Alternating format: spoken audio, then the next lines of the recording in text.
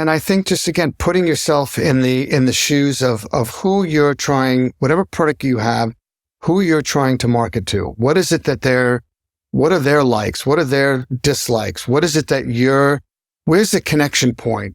I've always felt like you can't wait for people to come to you. You have to go to them. So where do they go? Where are the places that the demographic that you're attracting to or trying to attract to, where do they go? Are they gamers? Are they movie watchers? Do they like cars? What is it? Where are the fan groups? What are the things that they like, that they spend their time? And that's how you can kind of start to message to them in a variety of different ways. Welcome to 20-Minute Leaders. Just sit back, relax, and learn from the leaders of today. It's a journey. Each one is different, unique, inspiring. Let's get started. 20-Minute Leaders is a proud supporter of Make-A-Wish Israel and Tech to Peace, and is in proud collaboration with Secret Chord Ventures, J Ventures, Riverside FM, Fusion VC, Birthright Excel, J Impact, Leap, Google for Startups, and Hippo, and in media partnership with CTech. Hello and welcome to 20-Minute Leaders. Today we're going to dive into the world of streaming. Meet Jed Corenthal, the Chief Marketing Officer at Phenix, a company that focuses on broadcasting real-time video streaming for sporting, gaming, and other entertainment events. As the Chief Marketing Officer at Phenix, Jed is in charge of overseeing all marketing and business development efforts to ensure that companies in sports and entertainment to grow their audience. Phenix has perfected a unique real-time streaming technology infrastructure that provides content to broadcast-sized audiences with a latency of less than half a second. He has decades of experience leading marketing, business development, PR, technology, and other revenue-generating positions across a number of industries. Nike, UPS, the NFL, Sony, and Disney are only a few of the many clients Jed's had over the years. Jed Corenthal, welcome to 20-Minute Leaders. I'm so excited to dive into your world in these next 20 minutes. How are you? I'm well, Michael. Nice to be here. Appreciate it.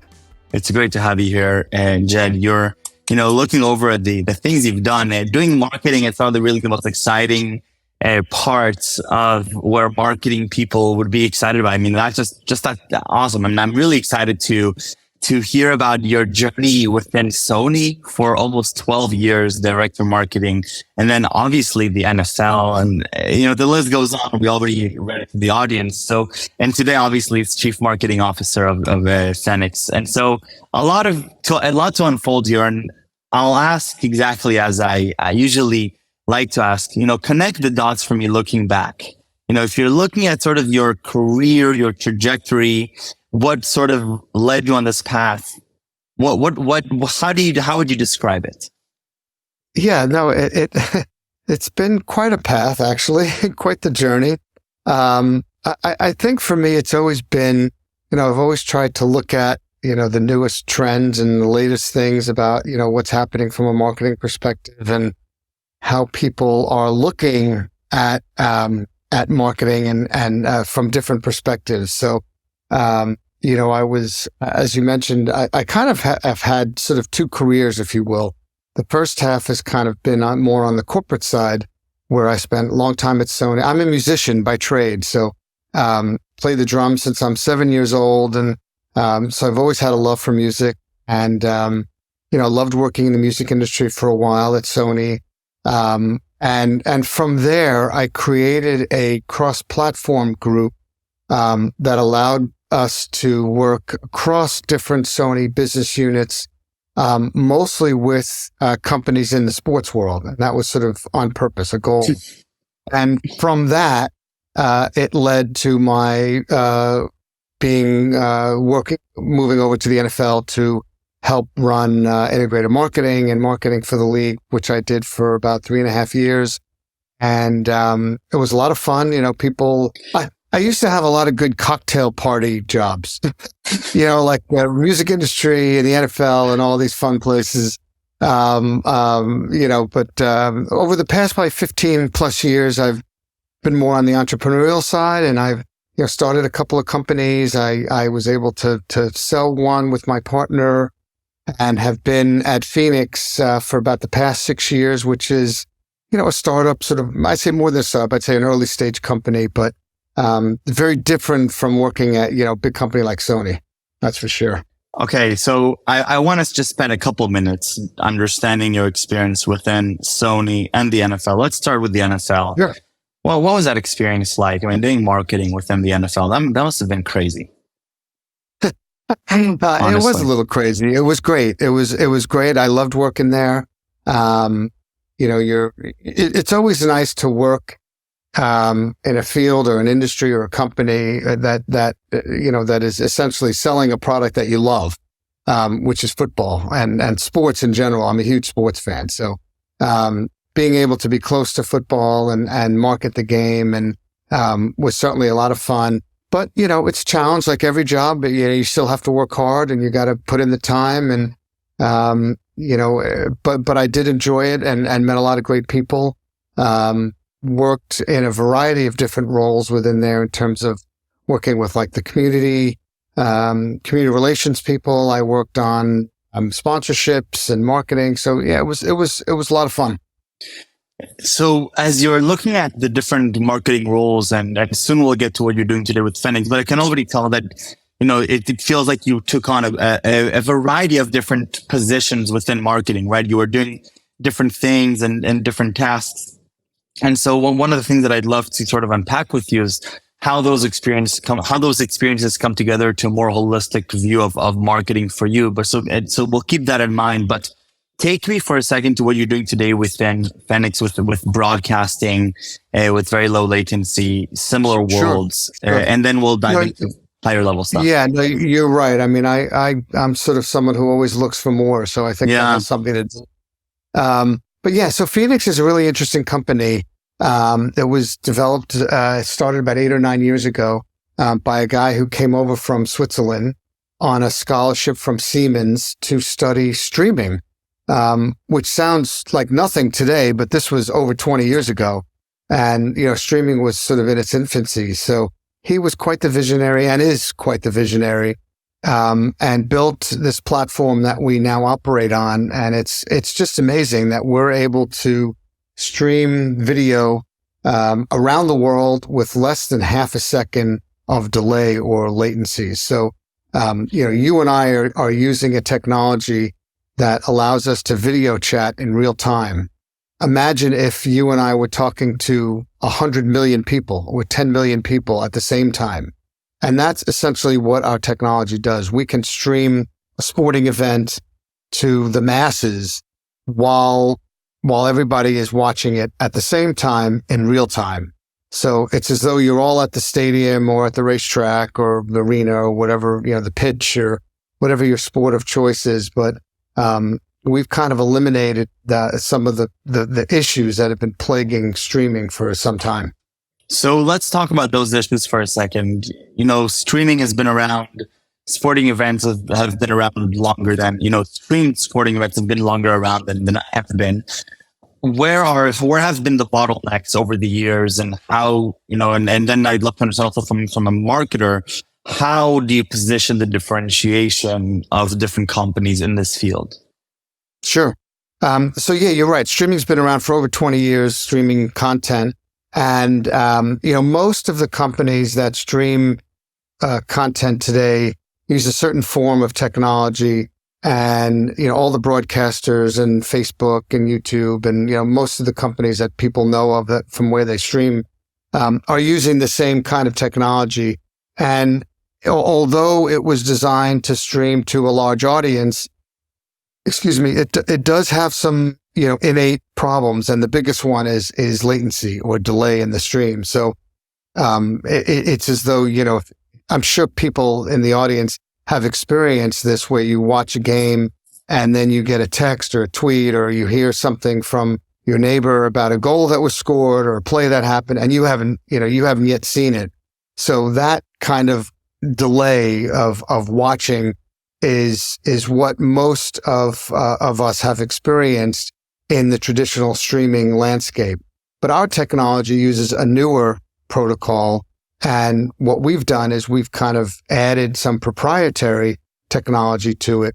So we're able to stream that same sporting event, if you will, with little to no latency. So everybody is watching at the same time, and there's no delay between users, and there's no delay between the field of play and your device. So it's complicated, it's technical, but we have an extremely smart and active team that has built and supports this technology to its fullest. And so, from a marketing perspective, how do who are the different stakeholders that you would need to market to, and how does that impact sort of the messaging and the strategy that you employ here? Sure. Yeah, sure. So we have a lot of different types of stakeholders that we can essentially license our technology to. It could be broadcasters, it could be sports properties, rights holders, leagues. It could be betting companies. Betting in the US has become very popular. That's an area that we do a lot of work in. So yeah, I mean, there's any number of people that own content are the people that we want to talk to. And your point about the messaging is a good one, because one of the first campaigns that we launched was to try and help people differentiate between real time and live. And so we came up with the tagline, real time and live are not the same. And so what we did was show the differences between the two, and allow people to actually see that although you hear the term live, it's not really live. There is a delay in that stream. Only if it's in real time is the stream eliminated. So we've created things like live and real time are not the same, and connecting the world in real time, things of that nature were part of our messaging at the time. Right. Okay. I love that. So now let's connect the dots as to the different things that you've done from a marketing perspective. Let's talk about the role of a marketer from your lenses. I have the privilege of asking you this because you've had such a long and interesting career in different, amazing organizations who really take marketing to the next level. The role of a marketer in its most basic form for you, now that you've had a lot of these experiences, how do you think through it? Yeah, I think it encompasses a couple things. I think it's very much a support mechanism. I mean, for the company, it's a way to message what the company is trying to do, whether it be a product or a service, or technology for that matter. The idea of sort of showcasing what you do. It's kind of the why, the what, and the how. Why you do what we're doing, what we do, and then how do we do it. So, that format is what I think is essential for any marketer in how you promote whatever it is, whatever your company does. If it's a tangible product or a service or technology, you have to kind of find out that sort of why you do, what you're doing, and then how do you do it. And those are sort of the kind of what I live by. And I think it's essential for any marketer, really. Right. I like that. And then, so as you're thinking about different strategies for taking a problem, whether it be NFL, Sony, or what we're doing today with broadcasting, what is the process that you go through to sort of understand how to best market it, whether it be from a narrative perspective, from a stakeholder perspective? What are different things that you found to be most helpful for you? I think one of the things that I've always tried to do is put myself in the shoes of the people that we're marketing to. Right. The person at the other side, the other end of the table, if you will. I mean, what is it that I want that person to see and learn, and what kind of reaction do I want them to have to what we're doing and how we're marketing to them about what it is that we're selling, pitching, offering, et cetera. So I think that's important, to put yourself in the shoes of the person that you're marketing to, so you can understand what it is that they're going to gain from what you have. And the other thing that I think is kind of a bit of a lost art is listening. I think too many people like to talk and hear their own voice a little bit too much.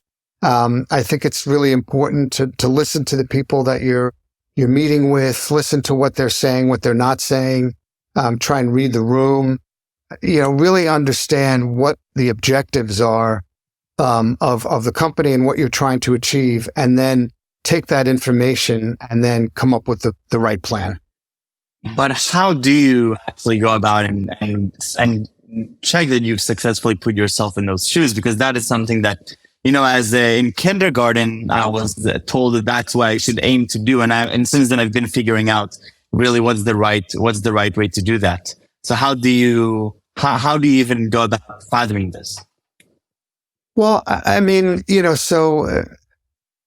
imagine, what your product is, and who would you want to buy that product ultimately, right? I mean, we're all selling something, whatever that is. Even a doctor is selling something. He's selling his services. So, so who is the person that you want to buy your services? Is it geared more towards a female audience? Is it geared more towards a male audience? Is it older? Is it younger? What is it that you're trying to achieve from there? It sounds good. So I think that at this point, Jed, one of the things that I've been told from a very young age was, to put myself in other people's shoes, to create empathy so that I can then understand, how to present, how to message and present things in a way that it would be both suitable for their needs and something that they could relate to. How do you do that effectively as a marketing leader? How do you effectively create that skill set so that you can be a good marketer and develop that empathy? Well, it doesn't take a day. It takes a little time. I will say that, but I think there's a number of different things. As I mentioned, listening before is one skill or art. That's a lost art. And just, I'm a voracious reader. I read just a ton of stuff. Do a lot of research, and anytime I'm talking with somebody or meeting with somebody, I try and find out as much about them, their company, as humanly possible. Again, things that might seem obvious aren't so obvious to everybody, but and I think just again putting yourself in the shoes of who you're trying, whatever product you have, who you're trying to market to. What is it that what are their likes? What are their dislikes? What is it that where's the connection point? I've always felt like you can't wait for people to come to you. You have to go to them. So where do they go? Where are the places that the demographic that you're attracting to or trying to attract to, where do they go? Are they gamers? Are they movie watchers? Do they like cars? What is it? Where are the fan groups? What are the things that they like, that they spend their time? And that's how you can kind of start to message to them in a variety of different ways. Coke puts their message out in 50 different channels, and not because they think that you're going to see a Coke billboard and say, oh, I've got to run to the store and get a Coke. But it becomes almost subconscious that when you walk into a deli or something and you're thirsty, you get a Coke because you've seen it so many times. And that's, it's sort of that mantra of trying to reach people in a variety of ways, in a variety of channels, in the places that they're interested in. What do you get most excited by in your work, in your process? What really excites you most? I love it when we do something and people respond to it. We had I'm trying to think of who it was, but we did